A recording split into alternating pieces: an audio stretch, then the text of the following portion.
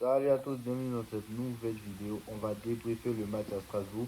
Mais avant de débriefer ce match de Ligue 1 à Strasbourg, on va parler un peu de quelque chose. Des propositions qui ont été faites par certains qui m'ont dit que peut-être que je devrais aller sur TikTok, faire un complément sur TikTok des débriefs. Donc peut-être qu'à partir de la saison prochaine, on le fera. Donc dites-le moi en commentaire un peu ce que vous en pensez.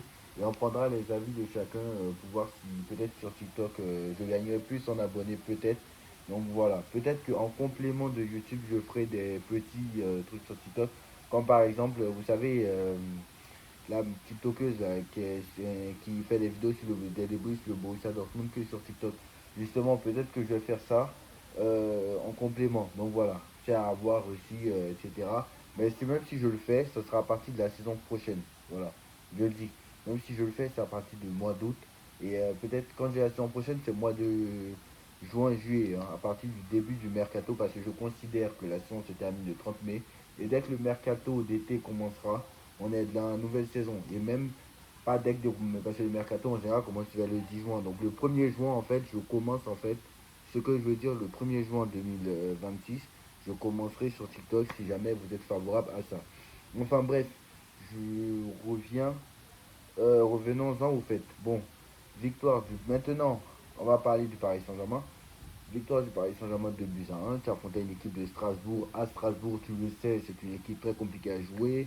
Luis Enrique, bon, on a gagné lors de sa première saison 2-1 à Strasbourg. C'était compliqué la saison dernière puisqu'on avait fait énormément tourner avant la demi-finale du retour de Ligue des Champions. On avait perdu 2 buts à 1 et on a gagné aujourd'hui à l'arraché. Bon, on voit toujours pas le grand Paris Saint-Germain, ça c'est vrai. C'est un fait. Mais bon, on voit quand même que cette équipe a du courage, a du mental et réussit quand même à gagner les matchs, c'est vrai. Mais l'arbitrage, encore une fois, il était catastrophique. Je suis désolé. Des fautes pas sifflées. En Ligue 1, c'est la même chose. Le PSG se fait tout le temps carotter. Mais malgré l'arbitrage, on arrive tout le temps à les gagner. Donc forcément, on dit le PSG a avantagé, le PSG a avantagé. Mais non, moi je vois pas où tu as vu le favoritisme. Parce que là, c'est plutôt nous, on se fait carotter par l'arbitrage. Mais malgré l'arbitrage, on est premier. Et c'est ça, faut le dire. Quand même, et c'est dit la faiblesse de cette Ligue 1 parce que une équipe qui n'a pas eu de préparation, pas eu de matchs amicaux, etc.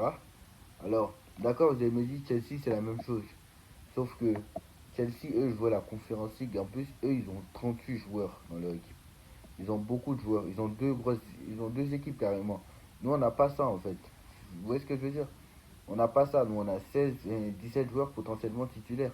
Eux, ils en ont au moins 30 à Chelsea. Donc, ce n'est pas facile. Donc, voilà, très clairement. Donc, maintenant, voilà. Maintenant, tu sais, tu vas devoir faire avec.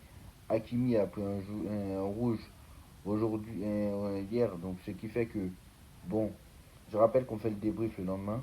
Donc voilà, donc hier soir, Hakimi a pris un rouge, donc il sera suspendu pour le match de Marseille. Donc voilà, tu n'auras pas Hakimi contre Marseille pour le Classico. Le retour de Kanguini nous a fait du bien, c'est lui qui fait la passe décisive. Et Kanguini, je pense que c'est le meilleur joueur de ce début de saison. Et Kanguini ne doit pas sortir sur 11. Je suis désolé de le dire, hein, je n'ai rien contre Doué et Dembélé, mais bon, je pense que très clairement, si à choisir, je préfère Kanguini que Doué. Kanguini est le meilleur attaquant cette saison, je vous le dis. Kanguini est. De toute façon, cette saison, les milieux sont meilleurs que les attaquants. Mais aujourd'hui, le milieu de terrain, il était inexistant. Les gars, le milieu de terrain était inexistant. Il était inexistant. Et j'ai pas compris, franchement. Le milieu de terrain était inexistant. Pacho était l'homme du match. Est-ce que c'est normal qu'un défenseur soit l'homme du match? Voilà, tu le sais que c'est compliqué actuellement pour Paris. Tu le sais. Et ça s'est vu encore aujourd'hui. Bon, après, tu affrontais Strasbourg, quand même. Strasbourg qui joue l'Europe. Strasbourg qui avance bien. Voilà. Très clairement, ça fait deux trois saisons qu'ils sont sur une bonne passe. Tu sais très bien, c'est toujours difficile. Mais bon, tu arrives quand même à gagner. Et c'est déjà ça. Voilà, tu es sur, je crois, 6 victoires d'affilée en championnat. Ce qui te donne la tête maintenant du championnat. Donc voilà, c'est très bien. Maintenant, il va falloir aller gagner Marseille, qui ne va pas être facile du tout. Voilà, c'est ça le problème. Maintenant, il va falloir aller gagner Marseille parce que maintenant, tu as 8 points d'avance sur l'OM, si je ne me trompe pas. Non, tu as 9 points d'avance sur l'OM. Et si dimanche, tu gagnes ton match, tu as 12 points d'avance potentiellement. Donc très clairement, tu peux creuser l'écart sur Marseille et Lyon déjà. Donc 12 points de Marseille et peut-être Lyon s'il ne gagne pas, voilà. Mais en tout cas, déjà, tu peux écarter Marseille du titre. Donc voilà, donc je pense que très clairement, voilà. Moi je pense que le match n'a pas été bon encore une fois. Il y a des choses à gommer, il y a des choses à gommer et c'est clair. C'est clair, il y a plein de choses à régler encore une fois. Voilà, ce soir, moi j'ai vu une équipe qui avait du mal, voilà, qui avait du mal. Kimi était très très très très mauvais. Ce soir, l'entrée de Warren, limite Warren il était mieux, je suis désolé. Warren il était mieux, l'entrée de Warren c'était mieux, voilà, je suis désolé. Et Hakimi, son expulsion, voilà, franchement, je sais pas pourquoi, voilà, il n'a pas fait exprès, voilà, mais il sera suspendu pour le Classico. Au moins, il aura une semaine de repos.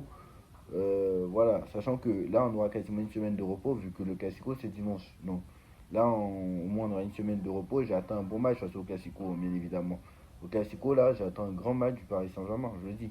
Parce que maintenant, les mauvais matchs, on en a eu des mauvais matchs sous Luis Enrique cette saison. Et je veux dire, je pense qu'on a fait plus de mauvais matchs que toute la saison dernière, je pense. En 6 mois. Et c'est pas normal. Les mauvais matchs, si je dois compter les mauvais matchs en Ligue 1. Après, c'est vrai que vous allez me dire, oui, il y a les équipes qui jouent bloc bas. Mais bloc bas, je suis désolé, voilà. Après, c'est vrai qu'en première partie de saison, on est moins bon avec Luis Enrique qu'en deuxième. C'est vrai que avec Luis Enrique, ça a toujours été l'habitude d'être comme ça. Mais bon, voilà. Mendes, catastrophique. Voilà, moi je suis. Enfin, Mendes était bon quand même. Mendes était bon. Je suis désolé, pardon. Mendes était bon. C'est lui qui a marqué le but du 2-1 sur un très bon centre de Warren Emery. Donc Warren Zaïre Emery, latéral droit. Aujourd'hui, c'est les latéraux qui ont été décisifs, hein. C'est les latéraux qui t'ont donné la victoire. Comme quoi, les attaquants, je sais pas ce qu'ils font. Bon, Viking était très très moyen ce soir par rapport à son niveau habituel, mais je suis désolé, si t'as pas Vitinha, un PSG sans Vitinha, c'est très très très très moyen. Neves c'était physique, franchement. Voilà, Mbaye, franchement, j'ai pas aimé, hein. Franchement, j'ai pas aimé. Et Désiré Doué n'a pas mieux fait non plus. Mayolo, c'était très très très très moyen. Voilà, c'est très moyen, mais il a quand même marqué, il faut le dire. Il a quand même marqué. Ça fait du bien. Je pense que ça va lui donner de la confiance. Barcola, c'était très très moyen. On a vu du déchet offensivement. Il y a eu des occasions, mais bon, comme d'habitude, la finition, ça pêche. Voilà. Le retour de Kanguini aussi nous a fait du bien. Franchement, l'entrée de Kanguini nous a fait du bien, hein, depuis la finale de la Coupe intercontinentale où il s'est blessé face à Flamengo. Bah, Kanguini est revenu et Kanguini est revenu, il nous a fait une passe décisive. Voilà. Kanguini est revenu, il a fait une passe décisive. Et je le dis. Donc voilà, c'est lui qui est à l'origine du centre de Warren Zaïre Emery. Euh, c'est pas une passe décisive, mais c'est lui il est le passeur du passeur. C'est lui qui va donner le ballon à Zaïre Emery qui centre et la tête derrière qui finit au fond. Donc très clairement de Nuno Mendes. Donc voilà, moi je pense que très clairement il va falloir être meilleur que ça parce que franchement c'est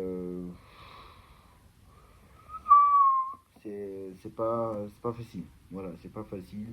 Mais on sait que voilà, là maintenant c'est maintenant là, les gros matchs. Parce que là maintenant ça rigole plus. Là ce soir c'était Strasbourg, c'est bien beau. Mais après, ça va être des gros matchs. Maintenant tu vas jouer les barrages de Ligue des Champions que tu as voulu jouer parce que apparemment Luis Enrique aurait fait exprès.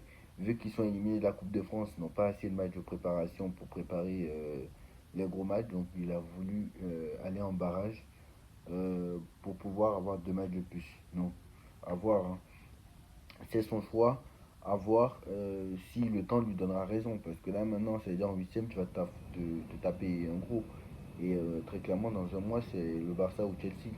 Et Chelsea et le Barça, là, ça ne va pas rigoler. Là, actuellement, ils sont très bons, le Barça.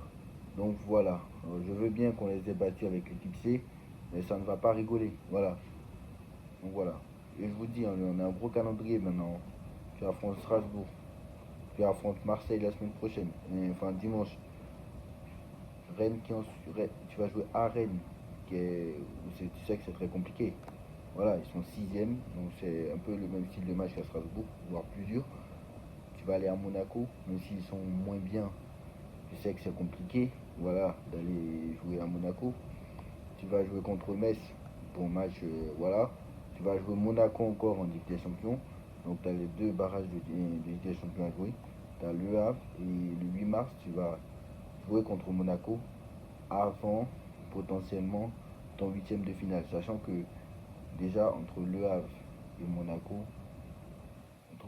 Monaco, normalement tu as ton huitième de finale. Donc je sais pas si déjà le 25 février, tu as la Ligue des Champions. Le 1er mars, tu as Le Havre. Et je crois que le mardi ou le mercredi qui suit, bah, il y a les huitièmes de finale. Donc voilà. Donc à voir. Donc peut-être tu vas affronter Le Havre, Barça, Monaco. Moi perso, je préfère affronter Chelsea parce que franchement, le Barça, j'en ai marre. Le Barça, ça fait tout le temps, tous les ans, il faut affronter le Barça. Il faut changer un peu les matchs en fait. C'est ça en fait ce que je veux dire. L'an dernier, je voulais Liverpool parce que voilà, on les a déjà affrontés en poule, le Barça. Voilà, histoire de changer un peu. Voilà. Donc voilà, dites-moi en commentaire ce que vous en pensez. On like, on partage, on commande, on s'abonne. Donc n'hésitez pas à me dire en commentaire ce que vous avez pensé de ce match et concernant la proposition que je viens de vous dire. Hein. Concernant les live TikTok, enfin les live TikTok, non, les débriefs en plus sur TikTok, est-ce que ça serait une bonne idée ou pas, sachant que ça commencera à partir de l'année prochaine. Donc voilà, la saison prochaine, c'est clair, cette saison, ça ne sera pas possible. Tchuss.